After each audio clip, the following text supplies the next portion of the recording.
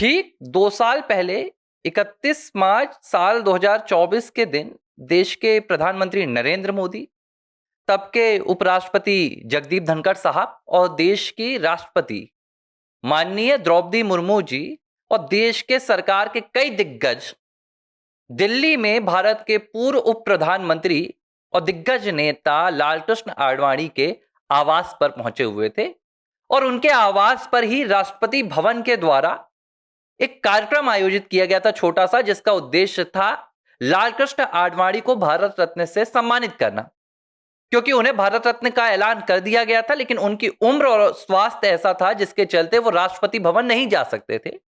तो राष्ट्रपति भवन ने उनके योगदान के लिए खुद उनके आवास पर जाकर यह तय किया था कि भारत के लिए, भारत के राष्ट्र के लिए आप भारत रत्न हैं, तो आपको आपके आवास पर आकर भारत रत्न दिया जाएगा।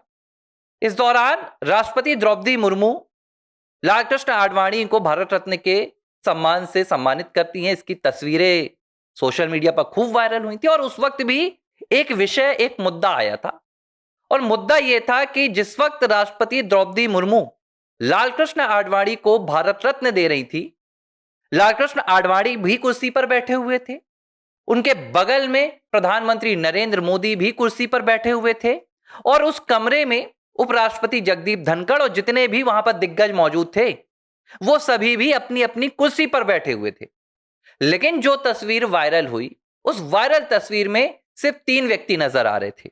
एक लालकृष्ण आडवाणी, उनके बगल में बैठे हुए प्रधानमंत्री नरेंद्र मोदी, और तीसरी थी राष्ट्रपति द्रौपदी मुर्मू। इस तस्वीर को लेकर साल 2024 में भी ऐसे आरोप लगाए गए थे कि भारत के प्रधानमंत्री नरेंद्र मोदी राष्ट्रपति द्रौपदी मुर्मू के सामने कुर्सी पर बैठे हुए हैं, वो खड़े तक नहीं हुए, और ऐसा करके प्रधानमंत्री नरेंद्र मोदी और मोदी सरकार ने राष्ट्रपति द्रौपदी मुर्मू का अपमान किया है। अपमान क्यों किया है? क्योंकि प्रधानमंत्री नरेंद्र मोदी ऐसी राजनीति करते हैं, वो आदिवासी नेता को नहीं मानते हैं, इसलिए उन्होंने अपमान किया। आज मैं आपको यह कहानी 2 साल बाद क्यों सुना रहा हूं? क्योंकि एक बार फिर से यही तस्वीर का इस्तेमाल पश्चिम बंगाल की मुख्यमंत्री ममता बनर्जी ने किया है, और ममता बनर्जी ने भी अब हूबहू वही आरोप लगाए हैं। और ये आरोप ममता बनर्जी अपने दामन पर लगे हुए उन दागों को धुलने के लिए लगा रही हैं, जिसके जरिए उन्होंने देश की राष्ट्रपति द्रौपदी मुर्मू का हाल ही में पश्चिम बंगाल में अपमान किया।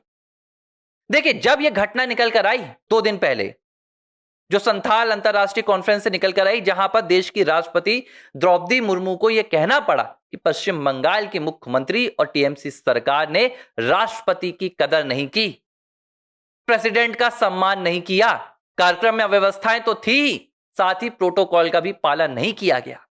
राष्ट्रपति ने कहा कि मुझे इस बात का दुख है, लेकिन कोई बात नहीं, सब अपने लोग हैं।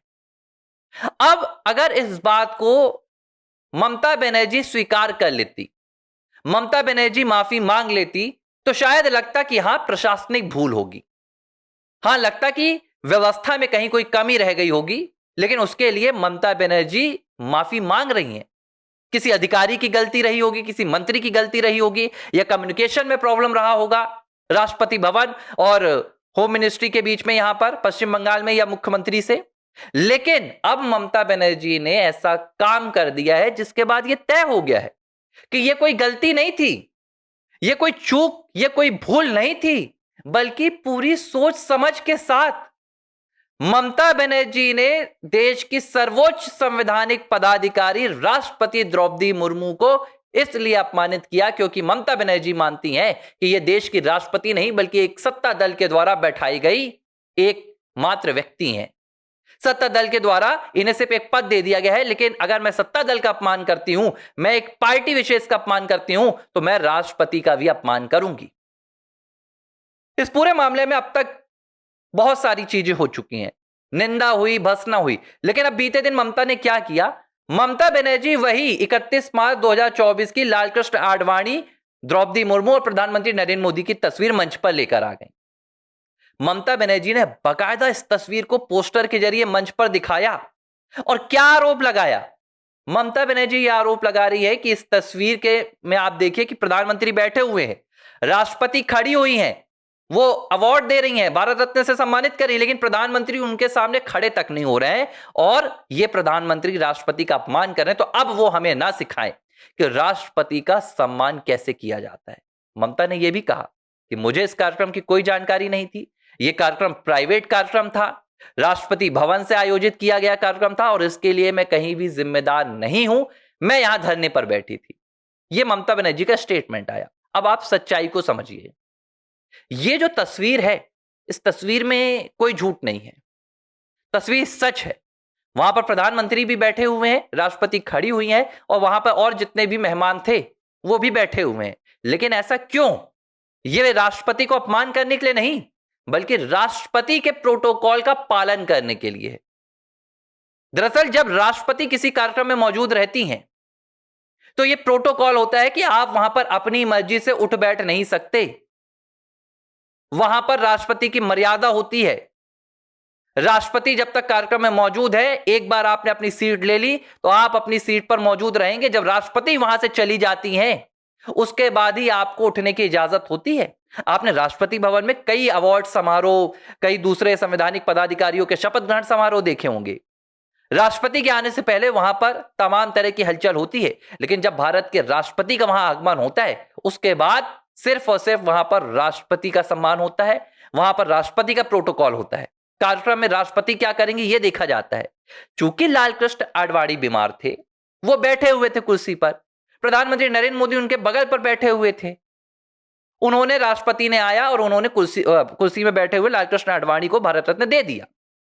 अब अगर प्रधानमंत्री नरेंद्र मोदी वहां पर खड़े हों तो यह राष्ट्रपति के प्रोटोकॉल में उल्लंघन होता है, उनकी सिक्योरिटी में उल्लंघन होता है। राष्ट्रपति ऊपर हैं, प्रधानमंत्री नीचे हैं।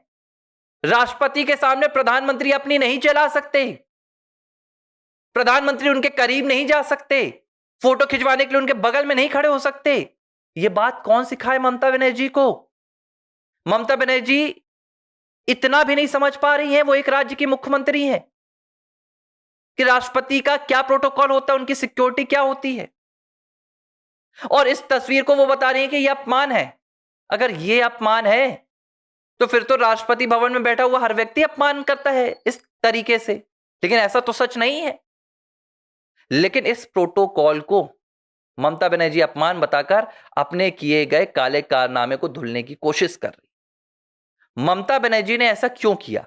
यह बात अब जग जाहिर हो चुकी है कि ममता बनर्जी सरकार के साथ अपनी खींच निकालते हुए इतनी ज्यादा आक्रामक हो गई हैं कि अब वो सरकार और संविधान में फर्क नहीं समझ पा रही हैं। ममता बनर्जी को अब प्रधानमंत्री और राष्ट्रपति में अंतर नहीं समझ आ रहा है और बस अपनी सत्ता, अपनी सियासत और अपनी शक्ति को बनाए रखने के लिए ममता बनर्जी हर सीमा को लांघ रही है। प्रधानमंत्री नरेंद्र मोदी ने, हालांकि उन्होंने तो राजनीतिक बयान दिया कि ये पश्चिम बंगाल में हो रहा है और आदिवासी महिलाएं इसलिए हो रहा है, तमाम बातें, लेकिन ये मैं ऐसा नहीं मानता हूं कि राष्ट्रपति आदिवासी महिला है इसलिए उनका अपमान हो रहा है। ये एक राजनीतिक प्रतिद्वंद्विता है, लेकिन वो भी गलत है।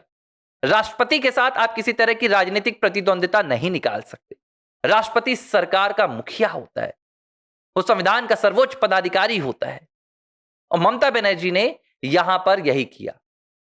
और ये अगर ममता बनर्जी राष्ट्रपति के खिलाफ कर सकती तो मुझे लगता है ममता बनर्जी तानाशाह हो चुकी हैं। मुझे लगता है कि ममता बनर्जी बेलगाम हो चुकी हैं। उनके ऊपर ना अब संविधान की ताकत काम आ रही है, ना उनके खिलाफ कोई कानून या शासन व्यवस्था कोई एक्शन ले पा रहा है।